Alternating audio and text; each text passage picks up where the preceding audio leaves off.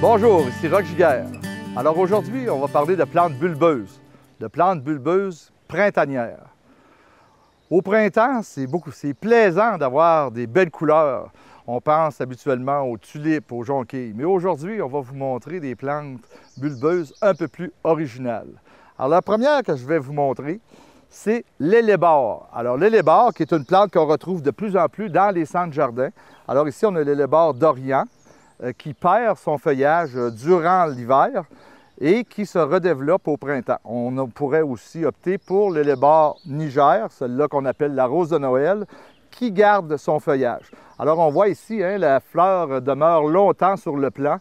Une fois séchée, elle est presque pareille comme à la floraison, donc une longue floraison. Une autre plante qu'on connaît bien au niveau indigène dans nos sous-bois est le treille. Ici, on a le treille à grandes fleurs. Alors, vous voyez, même s'il est dépassé, on voit la fleur, la grandeur de la fleur qu'il produit et on voit la beauté du feuillage aussi, qui est quand même une belle texture. Alors, vous voyez, ce sont des plantes qu'on pense rarement, mais à l'automne, c'est le temps de planter ces plantes et c'est pour ça que j'essaie de vous en montrer quelques-unes qui vous viendraient peut-être pas l'idée spontanément.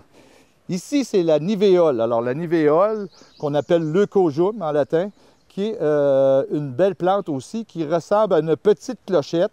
Et on voit à l'extrémité des pétales ici, une belle petite tache verte, là, très décorative. La famille des iridacées, c'est-à-dire des iris, contient aussi beaucoup de plantes à bulbes, dont ici, on a un magnifique spécimen qui est l'iris gracilipes, dont on a un magnifique exemple ici. Alors, il est plus difficile à trouver celui-ci, mais vous pourriez opter pour l'iris cristata. Alors, vous voyez, c'est la même chose. Il forme un petit couvre-sol ici, comme ça, et une belle petite floraison printanière. Alors, vous voyez, ce sont des plantes originales. Alors, actuellement, on est au domaine Joly de Lotbinière et on en a encore plusieurs autres à vous montrer. Ici, on va voir une autre belle plante, une plante beaucoup plus rare, qui fait partie de la famille des Podophyllum. Alors, ce sont des plantes à bulbes. On en voit ici, c'est surtout pour la beauté de leur feuillage, la texture, l'architecture de la plante aussi. Et ça fait ce qu'on appelle la pomme de mai. Alors, on voit ici ce fruit qui va devenir orange à l'automne. Alors, un magnifique spécimen. On va en voir un autre maintenant qui fait des belles fleurs rouges et actuellement, il est en floraison. Alors, vous allez voir, c'est une plante assez rare qu'on a ici la chance de voir. Alors, on va voir ici, regardez la grappe de fleurs. Alors, une belle fleur rougeâtre, rouge pourpre, qui se produit, bien entendu, en dessous du feuillage. Mais regardez le beau feuillage décoratif à l'ombre. Un feuillage vernissé, très découpé. Et enfin, on va voir une autre belle plante de notre sous-bois indigène, des lieux humides, qu'on a la chance de voir ici en pleine fleur, qui est le petit prêcheur. Alors, c'est bien entendu, il faut relever l'aspate.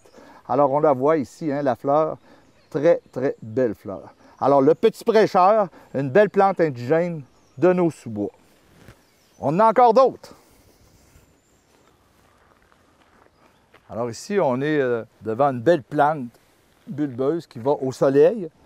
Hyacinthus hispanicum, c'est vrai que c'est un nom compliqué, il suffit de retenir cille d'Espagne. On voit ici de magnifiques clochettes, elles peuvent être roses, blanches, mauves. Un bulbe qui est une plante bulbeuse qui est assez originale encore. Une autre, dont la fleur ressemble à une étoile, son nom commun est étoile de Bethléem. En latin, Ornithogalum umbellatum. Bon, oubliez ce grand nom compliqué. Il suffit de regarder sur les boîtes de bulbes et de voir l'image là pour voir la plante qu'on va acheter. Et voici une des plus belles beautés printanières que j'affectionne. On voit ici un ail décoratif. Alors, il en existe plusieurs variétés. Je vous invite à aller dans vos centres jardins, à aller voir tout ce qu'on peut offrir. Il y en a à très gros diamètre, petit diamètre. Alors, des ailes décoratifs, c'est ce qui fait une belle transition entre le printemps et l'été. C'était Roch Giguère qui vous souhaite bon jardinage.